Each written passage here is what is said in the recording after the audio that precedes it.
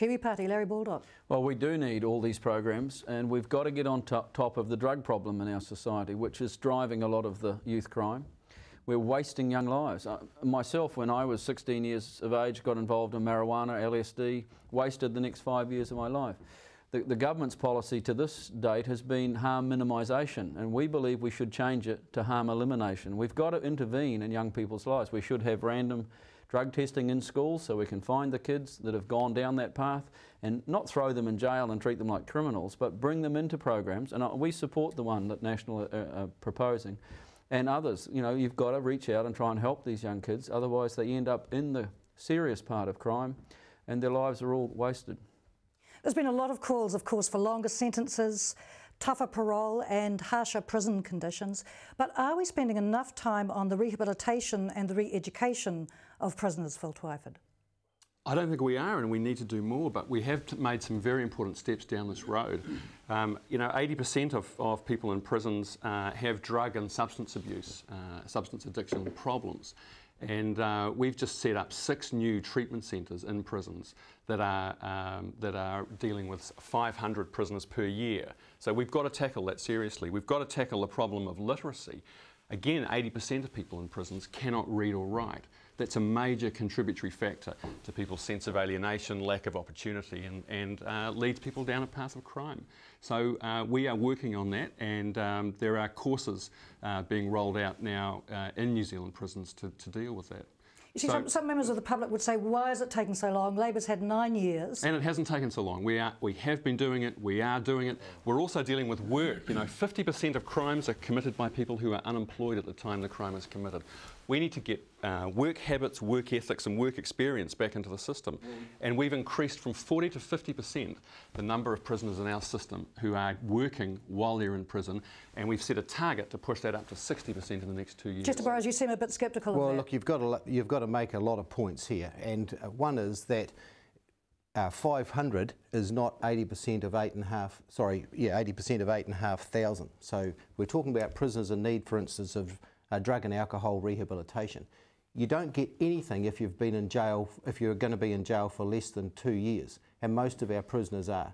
So, you know, you've got 83% with drug and alcohol problems, 83% with literacy and numeracy, 45% with mental health problems, 65% with violence problems. You can't get any rehabilitative programs under Labor unless you're there for longer than 2 years, and most of our people aren't. So we've got to stop dealing with prisoners like a commodity. We need to accept that they're all going to get out, and they've got to come out better than they went in, and that hasn't been happening. In the Whanganui situation, Kaitoku prison, we had a shoe factory in there. It took 100 inmates a year. Anecdotally, the officers told us no one ever came back to Kaitoku prison having been on that. The government shut it in 2003 because it wasn't making a profit. It was saving the country $5 million a year on people not coming back to jail. Larry Baldock, Kiwi Party. We've got to make prisons drug-free for a start. I mean, what is the point of putting drug addicts into prison where they can still get access to drugs? They come out with the same problem. If the government can't guarantee that, we should look at private prisons in this country, in our opinion, because we can then hold them accountable to the contracts they sign for. We've got to also have more detox and rehabilitation programs outside of prison. I mean, it may be good that we're working with them in prison, but look, there's only 3 facilities, I think, in this whole country where parents can send young people they know are on drugs. We've got to, you know, develop community-based and mostly faith-based units which work better to help these kids when they're in drugs. Why are people unemployed committing crimes? Because they're on drugs. Why are people on our sickness benefits unable to work? Because they're actually on drugs. We should be random testing those also. Why are we spending taxpayer money helping feed drug habits in those that are collecting benefits? Drugs are just an enormous problem in this country, and we've almost been doing nothing. The gangs are running P-labs and so on. The Police Commission, the Police Association has been asking for a special task force to deal with gang-related crime, and they haven't been given it. We believe that we should listen to those guys. They know what they need, and start to get to the root of the problems. Phil Twyford, zero tolerance on crime. It worked for Rudy Giuliani in New York. Is there a need for it here in New Zealand? Look, I think we have to be very sceptical when Conservative politicians come up with simplistic solutions to crime. it's election season, but there is no silver bullet. There are a lot of reasons why Giuliani had success in New York. Zero tolerance was only one of them. I don't believe that it's an off-the-shelf solution that could work here. Labor has been tough on crime. We've been very tough on crime. We've increased sentencing rates. We've restricted parole and bail. We have 71% increase in the number of prisoners in our system. We currently imprison 188 New Zealanders for every 100,000 people. Now compare that to 150 in Australia and less than 100 for most European countries. So we have cracked down, we have toughened up on sentencing, bail and parole, but we've got to get tough on the other end of the equation, on the causes of crime. And that's the big challenge, and that I don't hear that coming from the Conservative end of politics. See, a community worker we spoke to very recently on this program said that in fact violent crimes are on the increase, there are problems with drugs. What is your comment on that, please, Larry? Let me respond to that first. Certainly. You listen to what the police are saying. The police are saying that the entire increase in the reporting of violent crime over the last couple of years is due to the increase in the reporting of crime in the home, of violence in the home. That's what the police are saying, Chester. You know, if you want to disagree with the police. Chester, we'll just bring Larry Baldock in first.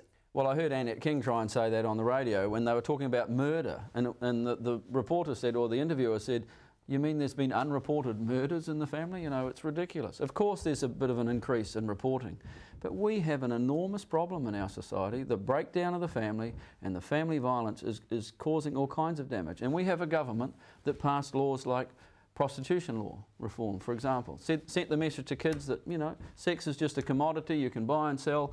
The police will tell you, and we've sat and talked to them, that around brothels there's real problems with crime. Gangs are involved behind them. Women are still being abused. You know, when you pass laws like that, you're not going to reduce crime, you're going to increase it. Just picking up on the brothel comment there, we're seeing increasing numbers of underage prostitutes, Chester Burrows. Would National repeal the Prostitution Law Reform Act if you become the government? No, we haven't pledged to do that, and it's that part of, that issue is always a conscience vote. So you'd have to be careful what you promised as a government. Personally, I would love to see it repealed. When you look at I've been and visited, I've got better be careful how I say that, the young prostitutes in South Auckland. The only initiative the government had was a Plunket bus going through the car park at night giving condoms out. Did nothing about taking those underage prostitutes away. And the people who are there week after week are actually the Maori wardens who are the volunteers doing it. No one is actually policing that, enforcing that law at all. But you know, that is a truly significant thing. But I want to make another point about the violence aspect that you put to Phil. And that is, yes, there's been an increase in reported family violence. You'd expect it too, because there's been a high-profile public campaign about it. But that doesn't explain the skyrocketing youth violent crime that's gone up 52% since 1999, and it doesn't explain the violent street assemblies and the street disorder and violence that's occurring as well. So, yep, It's Not Okay program has been great for family violence, but that does not explain the escalation in violent crime that's happening on the street.